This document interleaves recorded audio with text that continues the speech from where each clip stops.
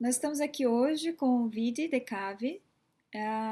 Ele é um ilustrador, um desenhista, um artista e tem uma produção vasta em 2 livros já compilados, já 2 livros que compilam as suas artes, que vocês podem ter acesso no blog dele.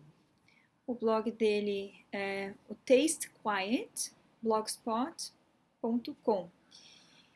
Você também pode acompanhar a produção do vídeo no Instagram. E por que nós estamos chamando ele aqui hoje? Porque ele acabou, nós vimos uma conexão entre as imagens que ele produzia e aqui a nossa reflexão filosófica. Então, as imagens estão disponíveis aí no nosso site, junto com os textos. Tivemos um trabalho editorial do Giovanni Rodrigues para associar esses textos às imagens do vídeo. Então, seguimos com a entrevista do vídeo. O seu nome já é um objeto aqui da nossa curiosidade. Você pode... É um nome artístico? É o seu nome oficial? Oficial. Com certeza não é oficial, mas é o nome que eu uso. Acho que nunca fui chamado de outra coisa, só... Mas é o seu nome de nascimento, está escrito nos seus documentos? Não, vídeo não. É Boris. Não. Boris? Nossa. E qual é o motivo da adoção desse nome, Vidi? Não sei, sempre fui chamado disso, aí eu achei que fazia mais sentido usar esse nome do que qualquer outro. Tá. Você não quer falar sobre o Viditama, certo? Tá. Mas você usa esse nome porque Viditama aparentemente foi um mestre zen, né? E que a gente sabe que tem essa... Só para relacionar isso um pouco com arte, a gente tem esses jardins zen que muitas pessoas conhecem. São jardins de areia em que você desenha e depois você apaga, e a ideia é não manter aqueles desenhos. Então, ali parece ter uma relação entre o que se faz, né, uma arte, e uma disposição em relação à vida, uma relação em que aquela arte não é permanente, né? O resultado da sua ação não é permanente, ele pode ser e vai ser destruído em algum momento. Eu queria saber se você tem essa relação com a sua própria produção, se você entende que se você produz para produzir memória, ou você produz para se aliviar de alguma coisa, ou como uma terapia, ou qual é a sua relação com os seus desenhos? No momento que você desenha, o que está acontecendo? Eu realmente não sei, já pensei bastante sobre essa questão. Eu acho que ao longo dos anos também sempre mudou a resposta para isso, né? Tipo, qual é a minha relação com o desenho, tipo, o que significa para mim, se é um diário, se é um diário das minhas emoções ou do meu cotidiano, ou se é outra coisa. Mas e aí isso também muda a relação sobre o tempo, né? Se eu penso porque quando eu coloco na internet é uma coisa tão passageira, mas ao mesmo tempo talvez dure até mais, não sei, do que um livro. Eu não sei, eu realmente não sei. Acho que eu pensei pouco sobre essa pergunta. A gente teve uma entrevista aqui semana passada com um autor que escreveu sobre o rascunho. Ele não publicava nada, né? E a convite do nosso editor aqui, o Giovanni Rodrigues, que lia uma coisa ou outra do Danilo, ele passou a publicar, né, no Farolete, os seus rascunhos, que são extremamente bonitos e filosóficos. E o primeiro texto dele fala justamente sobre o rascunho, o que é esse rascunho. É algo para ser esquecido, né? Algo que você produz ali no momento como uma coisa corpórea, uma necessidade quase visceral de entrar em relação com aquele papel, com aquelas palavras, e que não necessariamente tem a ver com uma terapia, não necessariamente tem a ver com uma produção de memória. Talvez a gente deva falar mais sobre o que é esse momento, né? O momento em que você se debruça sobre o papel. É porque esse momento não é, eu sinto que é muito dividido, não tem o momento que eu faço o desenho, eu tenho rascunhos e rascunhos e tipo assim, sei lá, ontem eu estava fazendo um desenho, ontem fiz um desenho que era uma mulher sentindo alguma coisa. Eu não sabia, eu só queria essa expressão, né? Esse momento, essa sensação de alguma coisa, você olha para o negócio, você sente o negócio e passa por você. Só que eu tive essa ideia, né? Mas para saber o que vai passar por ela, como desenhar isso, qual cor, qual a posição, como organizar, como compor, isso é muito tempo. Então, eu sinto que esse momento que você chama de rascunho, que você o momento de criação, é muito diluído durante muitos dias. Eu estou trabalhando em 30 ideias ao mesmo tempo, sabe? Então, eu tô com essas ideias na cabeça, e alguma hora eu sinto que terminou, aí eu posso soltar no dia que eu, né, que tiver. Agora, você costuma se surpreender com a ideia que você vê comunicada ali, depois desse processo de produção? Ou você reconhece aquilo e diz, aqui é isso que eu gostaria de ter expressado? Acho que não tem nenhuma graça fazer alguma coisa que você não se surpreende, né? Tipo, que alguma coisa que você acha previsível. Eu acho que a graça é você ter uma ideia que você tem dificuldade de colocar no mundo, sabe? Tipo, uma coisa que você nunca viu antes. É muito mais difícil. Aí vai te surpreender, porque você nunca vai ter visto fora da sua cabeça, que é um lugar muito... Um pouco da minha pergunta a respeito da surpresa que você tem é isso, o destino que algumas dessas ilustrações tomaram. Por exemplo, algumas delas, elas ilustram textos filosóficos, né?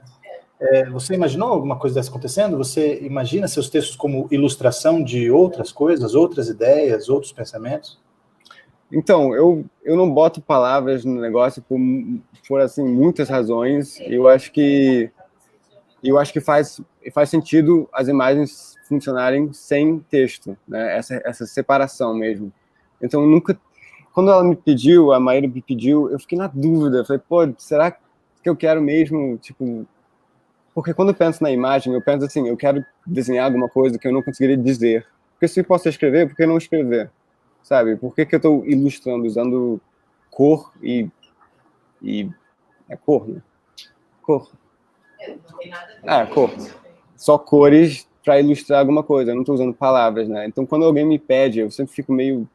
eu não sinto tão confortável, mas eu também acho muito interessante. Eu gosto desse rumo que você está falando, me surpreende, né? Ver para onde vai esses desenhos que, uma vez que eu fizer, não são mais Agora, meus, né? Deixa eu te fazer uma outra pergunta agora invertida, né? Quando você ouve alguém tentando oferecer uma interpretação das suas imagens, você alguma vez já teve você já reinterpretou as suas imagens a partir da fala? Porque é isso, né? As suas imagens, elas são com certeza. Imagens, né? E aí alguém oferece discurso sobre elas. O que acontece com o texto para você nessa hora?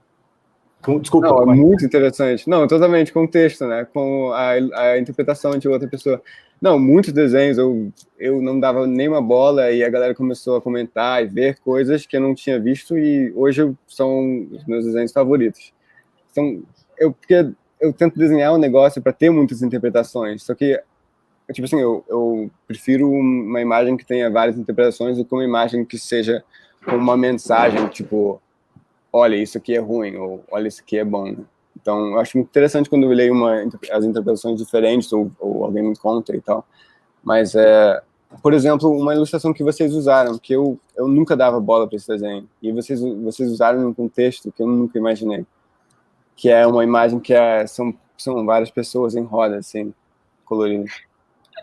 Essa eu fiz, e no dia que eu fiz, eu lembro de ser um dia muito cansativo, eu tava cansado, tava sem ideia nenhuma, e aí eu joguei isso no mundo, assim, pô, tô sem ideia, cara, vou fazer isso que surgiu na minha cabeça agora.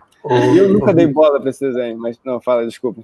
A gente estava falando... Bingo, né? Bingo! A gente estava falando um pouquinho antes a respeito de quais imagens sobre quais a gente gostaria de conversar com você. E aí, quando eu mencionei essa, eu falei assim, não vou falar sobre essa, porque a relação entre o texto e a imagem é tão óbvia que a gente não vai conseguir extrair muitas interpretações daí, né? Mas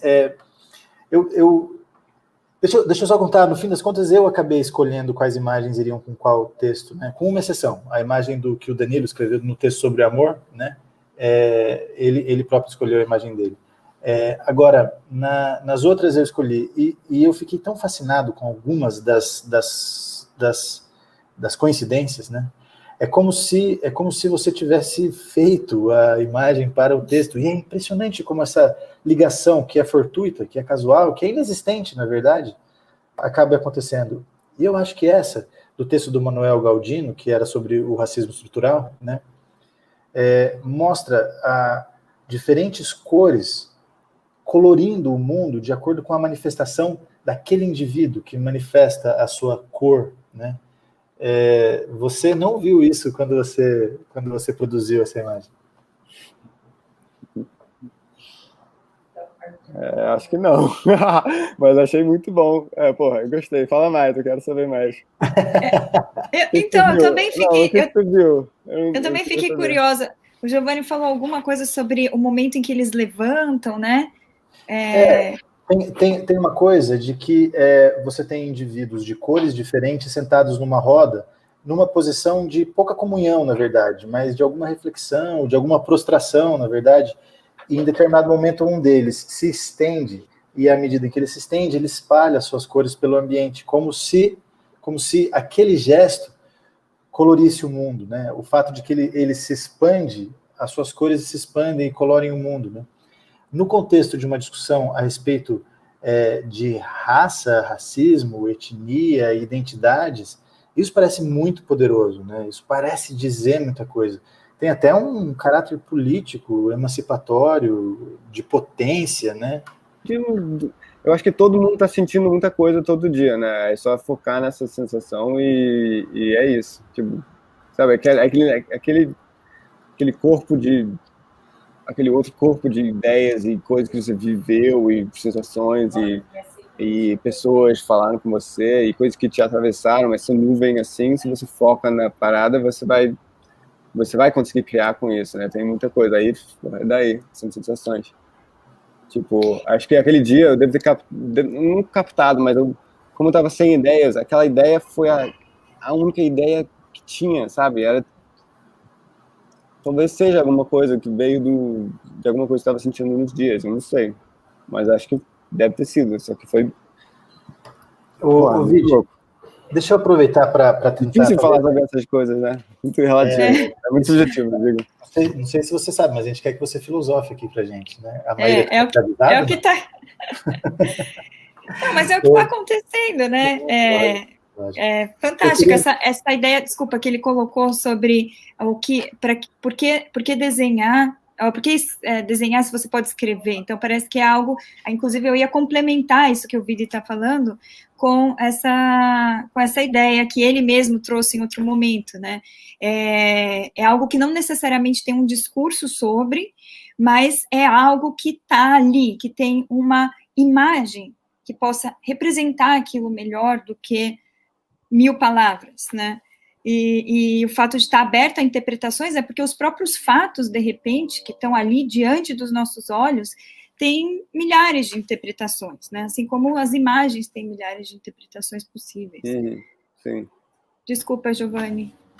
Eu queria aproveitar justamente essa ideia e mencionar para você, Vidi, que uma das autoras da revista, que ainda não foi publicada, mas vai ser publicada agora na terça-feira, é a Flora Assunção. ela tem uma coluna que se chama Por uma Defesa da Imagem nas Artes Visuais. E eu tenho a impressão que ela dialoga muito com o que você está dizendo. Eu vou postar aqui na nossa tela uma frase do texto dela. Ela diz que nem toda imagem ou conhecimento visual pode ser traduzível em uma ideia verbalizável. E a ideia da coluna dela, é difícil ser justo às palavras dela, porque são ideias muito frescas, muito interessantes e muito profundas, né? Mas acho que ela não vai se incomodar se eu disser que a gente acabou perdendo a ideia de que a imagem pode ser autônoma, de que a palavra não precisa sempre acompanhar a imagem, de que a gente não precisa sempre oferecer uma interpretação e de que o autor não precisa nunca colocar uma legenda na imagem, né? Mais ou menos isso que você estava dizendo, né? Sim, total. Concordo totalmente. É isso, tipo, a gente fica com essa necessidade de explicar tudo, cara. Muito doido. Tipo, a gente não consegue não ver e só sentir, assim, sabe? Em vez de, tipo, que gostoso, tem que falar, tem que se expressar depois de toda inspiração, depois de entrar em contato com alguma coisa que você admira, você tem que ter alguma relação, tem que tirar uma foto, tem que falar com alguém, você tem que escrever seu nome lá, sabe? Você sente essa necessidade sempre de entender, de controlar, de certa forma, né? E aí, imagem, pintores, cara, pinturas. Eu sinto que uma pintura boa, você pode ficar olhando eternamente, né, cara? Você vai continuar, só se você ficar sentindo, né? Mas uma vez que você explica a beleza, aí você não precisa ver nem um segundo, né? E sei lá, essa banalização total de imagens bonitas no Instagram é surreal. Por mais que eu também esteja contribuindo, né? Mas é muito doido. É estranho como a gente acaba contribuindo involuntariamente para isso, né? Cara, as fotos que a gente coloca lá viram ícones na hora, sabe? Ícones que você seleciona lá com, tipo, esse smiley e tal. Tipo, o Instagram são vários ícones eternos, sei lá, tudo doido. Tem essa banalização da imagem, no fim das contas, né? Totalmente. E, por outro lado, a gente pode entender como uma democratização, né, da imagem, porque eu, por exemplo, quando eu vejo uma imagem inspiradora no Instagram, eu me sinto afortunada, né? Eu me sinto feliz e fico pensando sobre aquilo e às vezes passo isso para outras pessoas e dá oportunidade também para a gente ter ali, como qualquer fato, como eu estava falando, como qualquer fato que está diante dos nossos olhos, olhar para aquela imagem um dia e ter um determinado tipo de interpretação e no dia seguinte ver aquilo de uma maneira completamente diferente, né? Então, o fato de estar ali disponível, eu gosto muito como espectadora desse processo, né? Com certeza, eu concordo totalmente. Tem uma banalização, essa é uma discussão possível, né? Se a banalização versus universalização ou democratização, porque qualquer um tem, né, um celular na mão e, de repente, nem pensaria ir para uma galeria de arte para aproveitar, né, fruir a arte, né, e de alguma maneira aquilo está lá, né. Não, é muito contraditório, né? É muito doido isso. Tipo, realmente, o mundo da arte começa a ter que se deformar todo, porque museus, ninguém vai mais para o museu, né? Eu posso ver no celular, então tá mudando, né? Eu não sei o que vai virar, mas é isso, né? Essa banalização faz com que, universalização faz com que a gente não sente mais necessidade de ir para os lugares, né? Porque o lugar mais banalizado é no celular, sei lá. Você gostaria de estar exposto no museu, Ovidio? Você se sentiria tranquilo com isso? Você se sentiria mais bem visto, assim? Bem visto? Como assim bem visto? Porque você tem diferentes maneiras de apreciar uma obra, né? Eu tenho a impressão que a gente está falando é um pouquinho isso. Quando eu tô olhando uma imagem que você produziu no meu telefone, você vai passar rapidamente pelas imagens. Eu não vou parar diante da sua imagem como eu pararia diante do quadro da Madame Cézanne lá no MASP, que eu posso passar 2 horas olhando para aquilo e o contexto me convida àquilo, né? Agora, eu não sei se o museu é isso, né? Talvez eu tô me baseando um pouco no que você está falando, eu não sei se o museu convida a essa contemplação da arte. Ué, não é o lugar para isso? O que a gente está fazendo? Eu não sei, você tem tantos relatos de pessoas que estão indo nos museus agora para tirar foto e sair. Eu passo pelo Louvre, tiro 2 fotos da Mona Lisa e vou embora. Né? Ué, mas é um lugar também que você pode ir e você pode demorar horas de frente de um quadro absurdamente bonito. É meio de você assistir no celular e ficar recebendo o WhatsApp ao lado, a Instagram para o outro lado, e aí você sai, você vai. É meio quase impossível você ficar 2 horas ou o quê? 1 minuto olhando para um quadro sem ser perturbado ou sem ser distraído, né? Então, a gente precisa de lugares que sejam para a arte, né? Para você poder assistir e receber tranquilamente sem ser obrigatoriamente perturbado. Desculpa. Não, é porque a gente acabou caindo, sem querer, numa discussão também muito parecida com a que ocorreu com o Danilo, né, e que vai acontecer também na entrevista com os editores na próxima semana, que é o papel da curadoria, né, porque o que é um museu? O que é esse lugar? É um lugar em que já está certo que aquelas artes são boas. Então, você que vai ao museu, você já está esperando que aquele é o lugar da contemplação, do belo, do bom, né? E o Instagram, você tem ali uma torrente de coisas, e você é o curador, você é aquele que vai dar valor ou não para uma determinada coisa, vai separar o joio do trigo ali. Então, assim, pelo que você está falando, você acha que o papel daquele que escolhe, né, o papel do curador, daquele que atribui valor para alguma coisa, é muito importante e não deve ser deixado para qualquer um, né? Não deve ser deixado para que a própria pessoa no seu celular faça essa seleção. Né? Ué, mas a pessoa pode fazer a seleção, colocar no quarto dela e chamar pessoas para ver. Tipo assim, é um exemplo, mas qualquer pessoa pode fazer uma exposição da sua arte, né? Tipo assim, rola hoje em dia, tipo, todo mundo que tem uma produção, sei lá, consistente de arte pode um dia falar, pô, eu vou arranjar uma sala em algum lugar e fazer uma exposição minha, das minhas obras, do meu trabalho. Assim, eu não tô tirando nem o mérito do Instagram, eu uso o negócio e eu sei quais são os benefícios, eu entrei em contato com muitos trabalhadores, artistas visuais, assim, pelo Instagram, então realmente eu gosto, mas eu tô só falando que eu não queria voltar pro museu, porque o museu parece um negócio muito sólido, né, que é eterno. Eu não queria falar isso, na verdade. Galerias mesmo, sabe? Exposições de curta temporada. Eu já fiz, quando eu era mais novo, eu tinha vários quadros que eu achava razoáveis e eu fiz uma exposição. Ou alguém me chamou para um evento, sei lá, no CEP, por exemplo, um evento de poesia, aí você faz uma exposiçãozinha lá, bota seus quadros, é uma forma de universalizar o negócio também. Eu não sei se é o momento, se o Giovanni tem uma outra coisa para falar, mas tem o seu livro, Taste Quiet, que a gente vê ali uma produção muito, muito grande, né, cotidiana, uma produção imensa de desenhos todos os dias, né? Você fala que hoje você tem 30 ideias na cabeça e você executa aquilo de uma outra maneira, né? Mas tem Como assim de outra maneira? Desculpa. Você executa aquilo hoje em dia, você não executa cotidianamente um só desenho, né? Você tem uma produção todo dia? Todo dia estou fazendo... Estou desenvolvendo e fechando um desenho todo dia. Mas eu estou com 30 ideias, entendeu?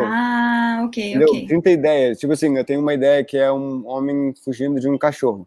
Outro que é 2 pessoas se encontrando. Outro que é um lago que vira um meteoro. Entendeu? Vários. Aí eu estou o tempo todo pensando em como desenhar. Estou meio que todo dia olhando para todas as ideias, fazendo rascunho de todas as ideias, testando cores de todas as ideias, entendeu? Até eu chegar o dia que hoje, por exemplo, eu vou ter que olhar todos os meus rascunhos, escolher um para formalizar, fechar, pintar, fazer lá o negocinho e postar, entendeu? Então você continua nessa produção cotidiana? Isso. Agora, eu voltei agora, né? Eu já fiz, eu tô no 3º ano. Eu fiz um ano, depois eu eu dei uma pausa de 3 anos, aí depois eu voltei, fiz mais um ano, que virou o Livro Vermelho, e aí parei durante 3 anos, e agora eu voltei, 20 de setembro eu voltei. Com relação ao livro, Vidi, eu passei bastante tempo pensando a respeito do nome Taste Quiet. Isso, E em alguns momentos, com algumas imagens, eu entendo o que você está querendo comunicar com isso, mas eu nunca consegui falar assim, não, Taste Quiet, essa é a relação entre o estilo do vídeo e as imagens. Por que Taste Quiet? Eu fiz toda essa introdução porque o título é muito bonito, e ele é muito simbólico, e ele é muito fugidio, né? A gente não consegue pegar direito, né? Então não é fácil estabelecer o motivo, né? Sim. O nome surgiu de uma forma meio quase aleatória, assim, então eu também me surpreendo com o nome, porque eu acho que eu não teria conseguido criar se eu tivesse pensado, né? Mas eu tinha visto um filme chamado Taste of Tea, que é um filme muito gostoso, eu recomendo muito. O filme é uma sensação, na real. Se você tenta usar a cabeça, eu acho que é muito... Eu senti uma emoção muito grande vendo aquele filme, e eu pensei, eu queria transmitir aquela emoção, aquele tipo de sensação através de desenhos, que eu já desenhava, só que eu não tinha esse projeto. E aí, quando eu estava criando o blog lá, surgiu esse nome, Taste of Tea. Aí eu tentei Taste of Tea, só que, obviamente, já tinha um blog criado com esse nome, Taste of Tea. Aí eu pensei, então vou chamar de, sei lá, Taste Quiet, porque na época eu tinha decidido que não ia ter palavra, né? E foi isso, entendeu? Taste Quiet. Então, Vidi, nós temos alguns autores que se manifestaram sobre o que eles imaginavam que era a relação do texto deles com as imagens, e eu queria mostrar para você agora. Eu preciso te dizer, em primeiro lugar, que é uma imagem extremamente bonita e sugere muito, né? Eu conversei sobre a questão de imagem e texto com o Giovanni antes da publicação do meu texto, porque eu entendia que era necessário deixar claro para as pessoas que fossem ver a imagem, ler o texto, qual era a relação entre ambas, se era uma imagem ilustrando um texto servindo para orientar a interpretação de uma imagem, ou se eram duas peças independentes, talvez sobre o mesmo assunto, né? E acho que neste caso, as 4 possibilidades funcionariam, eu creio, porque são uma imagem e um texto muito forte, né? Cada um andaria sozinho muito bem sem necessidade do outro. E essa imagem poderia muito bem ser uma interpretação do autor daquilo que está escrito no meu texto, né? Como assim? Essa não é uma imagem que fala de suicídio. Não, mas essa é uma imagem que pode ser interpretada, e aqui o bonito justamente, que as interpretações são literalmente infinitas, né? Eu vejo nessa imagem um caminho muito marcado, né? Um caminho bastante estreito, mas uma decisão de pegar um caminho nas próprias mãos e olhar em si. E acho que um pouco, talvez seja uma interpretação muito literal, muito rasa, não sei, mas eu vejo aí algo do que está no texto que é na crença da liberdade e do direito de cada um fazer, seguir, defender, preservar aquilo que lhe é próprio como projeto e como caminho, né? Achei muito interessante o que o Andrés falou sobre se a imagem acompanha ou ilustra o seu texto que está ilustrando a imagem. Achei interessante porque eu acho que eu, assim, com certeza não pensei no suicídio, nem na morte quando eu fiz essa ilustração. Mas eu estava pensando mesmo nisso que ele falou da proteção, de um cuidado, né? E como tem, de certa forma, várias formas de cuidar nesse caminho. Então achei interessante esse contraponto com o texto. Acho que a imagem ela tem uma relação, né? O Giovanni trouxe ela, né? Que é a questão das escolhas. Então ali tem essa que é algo muito uma ilustração, uma discussão muito forte no campo da religião, no campo da filosofia, né? Assim, a questão da religião, se quiser estar com Deus ou não, né? Salvação ou condenação, né? Etc. Mas na filosofia, as próprias escolhas que nós temos o tempo inteiro, né? Se você pegar mesmo o Sartre, né, que você pode ser tudo menos deixar de ser livre, né? Então, nós sempre temos escolhas, né? E são as escolhas que nos tornam livres. Então, nesse aspecto, a imagem ela traz isso, né? E pensando no texto, né, escolhas metafísicas, né? Que decisão você vai tomar? Então, no primeiro momento, a imagem ela até, vamos dizer assim, traz um tema que é bem recorrente. Mas é interessante na forma que ele aborda as cores, né? Que tanto a pessoa como os caminhos têm a mesma cor. E meio que dentro da pessoa, né? Enfim, fica uma ideia que dá para ter várias sugestões aqui, né? Ou dentro da pessoa, a pessoa está seguindo reto. Ela está fazendo o seu próprio caminho, né? Não está seguindo nenhum dos dois. Então isso é interessante, né? Então, dentro das escolhas metafísicas, né, se você pensar no meu texto aqui, ou haveria metafísicas autoritárias, né, que muito ligada à religião aí, ou a total ausência da metafísica, ter, quem sabe, aí um outro caminho, né? Criar uma terceira, uma outra, não diria uma terceira, uma outra possibilidade, pode ser infinitas, né? Essa coisa de duas também, e ter uma terceira acaba sendo até uma visão limitada. Mas para uma imagem, acho que é bem interessante, não daria para colocar infinitas possibilidades numa imagem, né?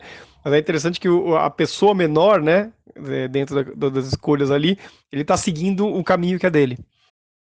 Gostei do áudio dele, eu concordo com ele que eu acho que a imagem não ilustra, tipo, não, a relação não é tão óbvia entre a imagem e o texto, mas eu gostei porque, sabe, cria um questionamento e na imagem é isso que eu de certa forma queria ilustrar essa pessoa tentando ultrapassar os limites que são impostos, né, tipo, criando um outro caminho, talvez um caminho que ele sente que é mais, não sei, mais verdadeiro, mais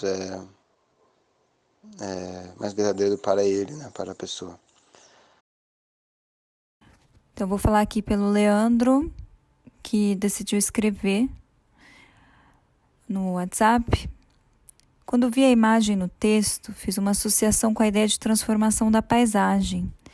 De forma mais específica, a ideia de que o ser humano é capaz de transformar radicalmente a paisagem, sendo uma espécie de grande artífice do mundo. Como explorei no texto, uma ideia muito presente em nosso mundo é a de que é possível modificar sem restrições o meio em que vivemos, já que se acredita que a potência humana será sempre capaz de construir formas de controlar e neutralizar a natureza. Vejo isso na imagem, já que ela me causa a impressão de que há gigantes que podem dobrar a paisagem, de acordo com as suas necessidades. Porém, há também um elemento de desolação, já que a paisagem me parece bastante homogênea, como se o mundo moldado pelo humano se tornasse cada vez mais pobre e limitado. Quando eu fiz essa imagem, eu acho que sim, eu pensei numa certa transformação do humano na paisagem, mas não pensei como algo negativo. E mais como uma coisa talvez natural, não sei. É claro que eu acho que tem esse outro lado todo que ele fala no texto.